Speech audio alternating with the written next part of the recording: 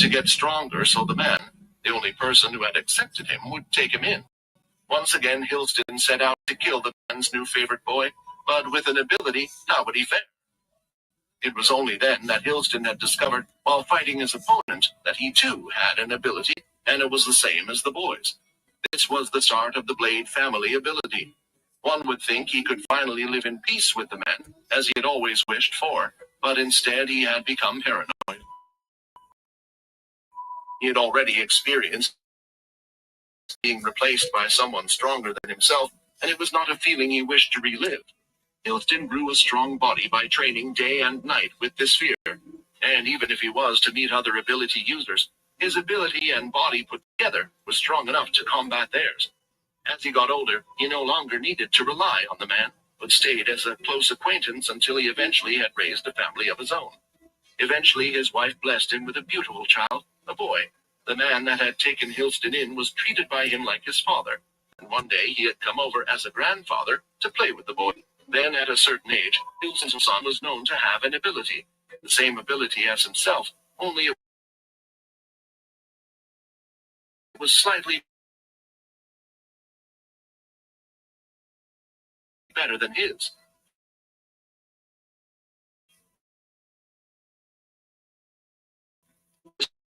The story. Vorden thought whistling all the various men frequently visited their household. Years had gone by with no problem whatsoever, that nobody realized that the fear had struck in Hilston once again. What if that man was to see? He did what no one would have asked. Hilston had proved that he was the Blade. I can only fill in the pieces of what else I know.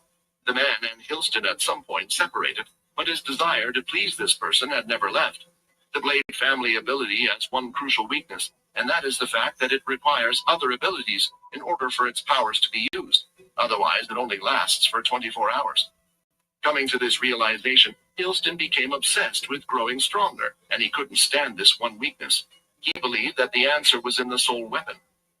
He had seen through his family the ability grow stronger. So perhaps there would eventually be one with a soul weapon that could cover for this weakness. But why did this benefit him? Without realizing it through the years, Hilston had been able to gather abilities that would slow down the aging process, heal his inside wounds and disease. Aged at a slower rate, but he lives, Brock said, same ability that the boy Shiro has, and transferred his mind into theirs, swapping bodies and killing his old self inside. Whenever he found someone stronger than himself, this would repeat this pattern. So now you know the reason why Hilston was obsessed with getting Syl back. As for why he asked you all to be treated as a family, I do not know the answer. Maybe it was because he never had a real family growing up. Or perhaps it was due to him trying to forget of the perfect family he had in the past that he himself had ruined. But that is everything I know about Hilston Blade. The others were left speechless, not knowing what to say. However, it left a lot for them to think about. Vorden, in particular, was struggling with the story for a few reasons. How did Brock know so much detail about Hilston's child? The way he spoke about Hilston's thoughts were certainly strange, and it sounded like it was more than just Brock's assumption. The scariest thing about this was the mysterious man. The man who had turned Hilston into the monster he was today. It almost seemed as if his actions had been intentional. It was a scary thought that there might be a person out there who was more cruel and messed up than Hilston Blade. Vorden just hoped that this person belonged alive.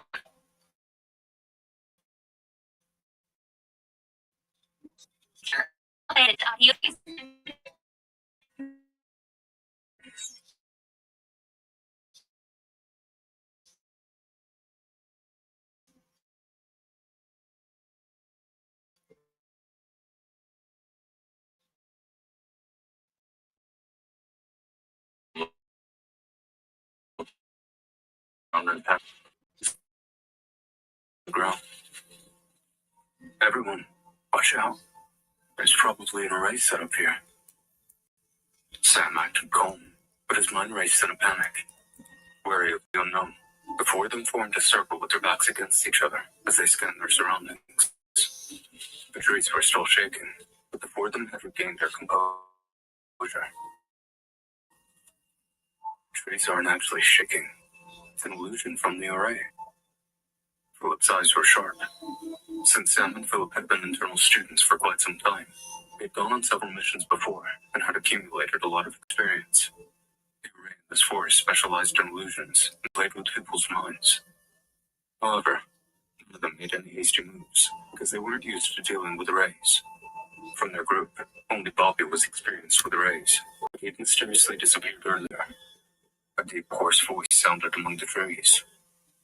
All of you will die here. And then the forest was still once more. Nothing in the forest had moved.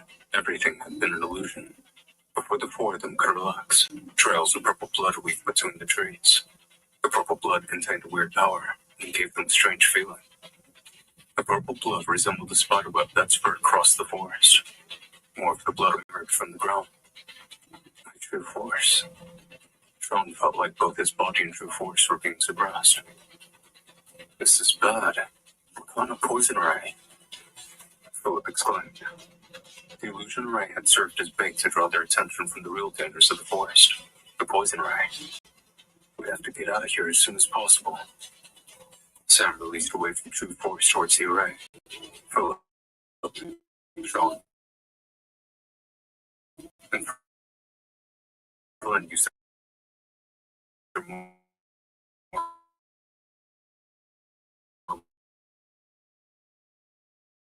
martial arts.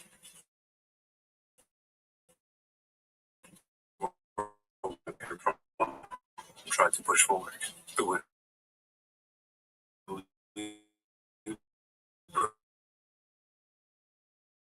approached them and released an noise that stilled the wind.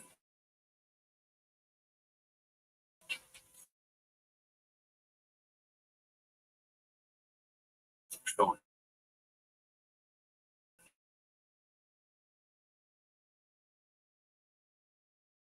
let the low was cold.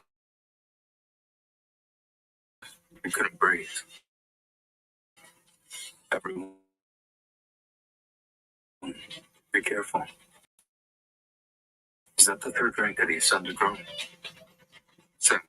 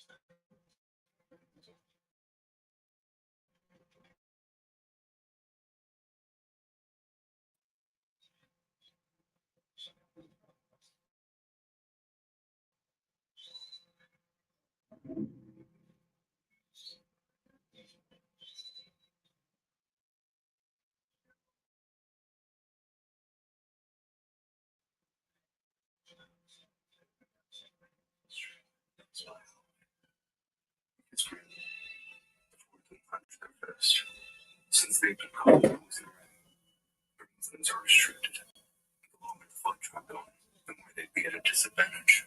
It wouldn't be an easy task to defeat Marcus Hartley. His defense was even higher than their cultivators of the third rank. Fortunately, since Marcus's body resembled a corpse, his movements weren't as agile as they once were. They managed to get the ground. Suddenly, the force shook again. The force moved around her. While they fought Marcus, the deadly wind illusion was in rain. Illusions at the same time. Two men dressed in black emerged from the forest. Mr. Nova, there were no flaws in the array, but one of them managed to escape. It doesn't matter. It's a dead outcome. For now, let me kill these four students. Marcus attacked with more force. Marcus and the two men in black positioned themselves into a triangular formation and used the power of the array to try and kill Sam, Philip, Sean, and Glenn. I'll fight Marcus. You three deal with the other two. Sam said it. And their group is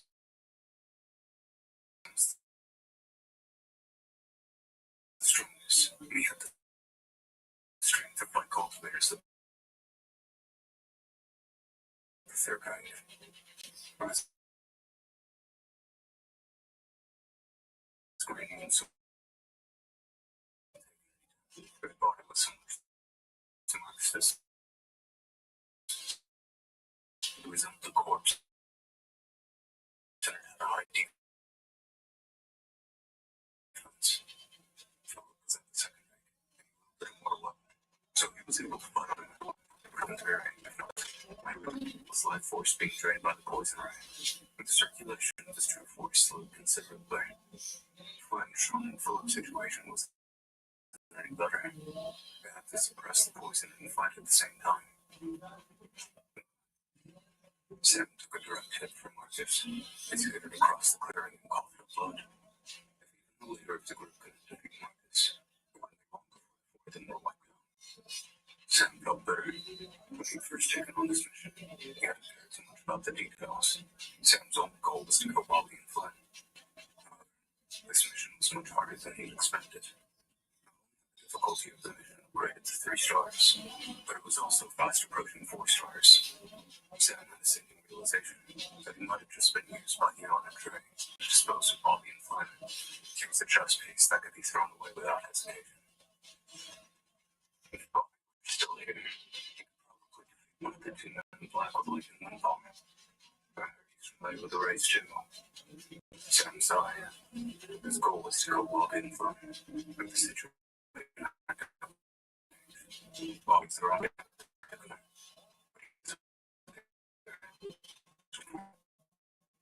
we're just the 2 of us. Probably be a good group. With internal conflicts and if the group were perfect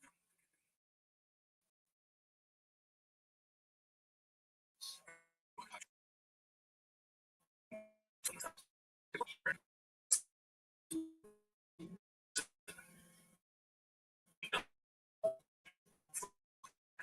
pretty from certain dust.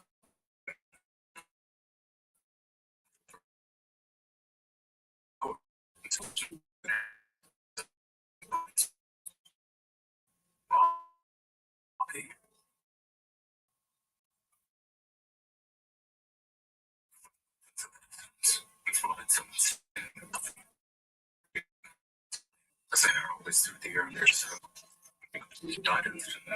The 4 students were stunned by the incredible display of archery skill. Even someone as strong as Marcus was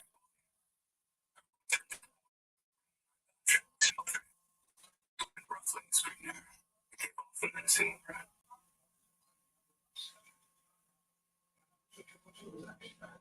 Dear listener, now playing the next audio series.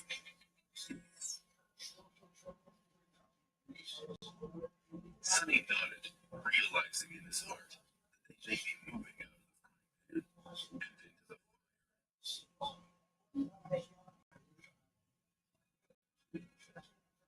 Neither Nevis nor Sunny wanted to climb down from the wall, because that would leave them with no path of retreat should something terrible happen.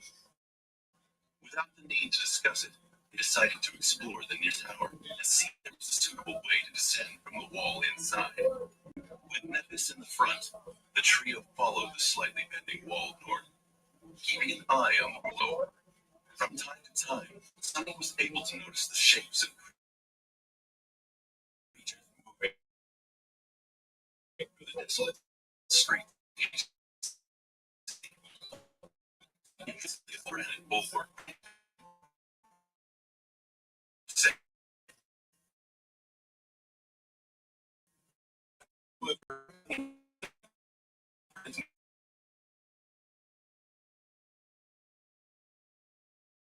Most unsettling aura.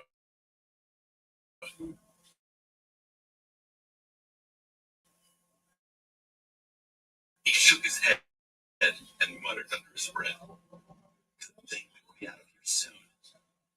That was the only. Not even been sure that they were going to make it out of there alive.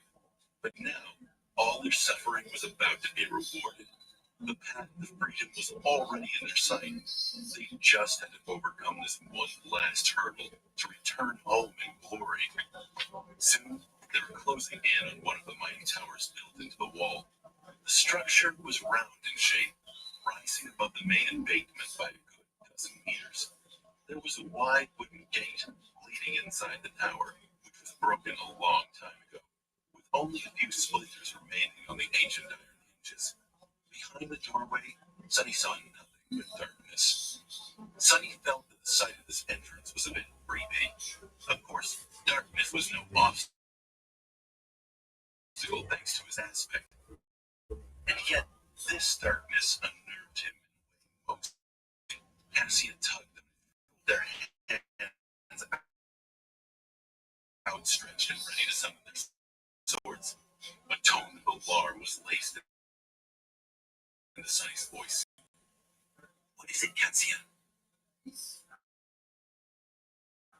In some situations,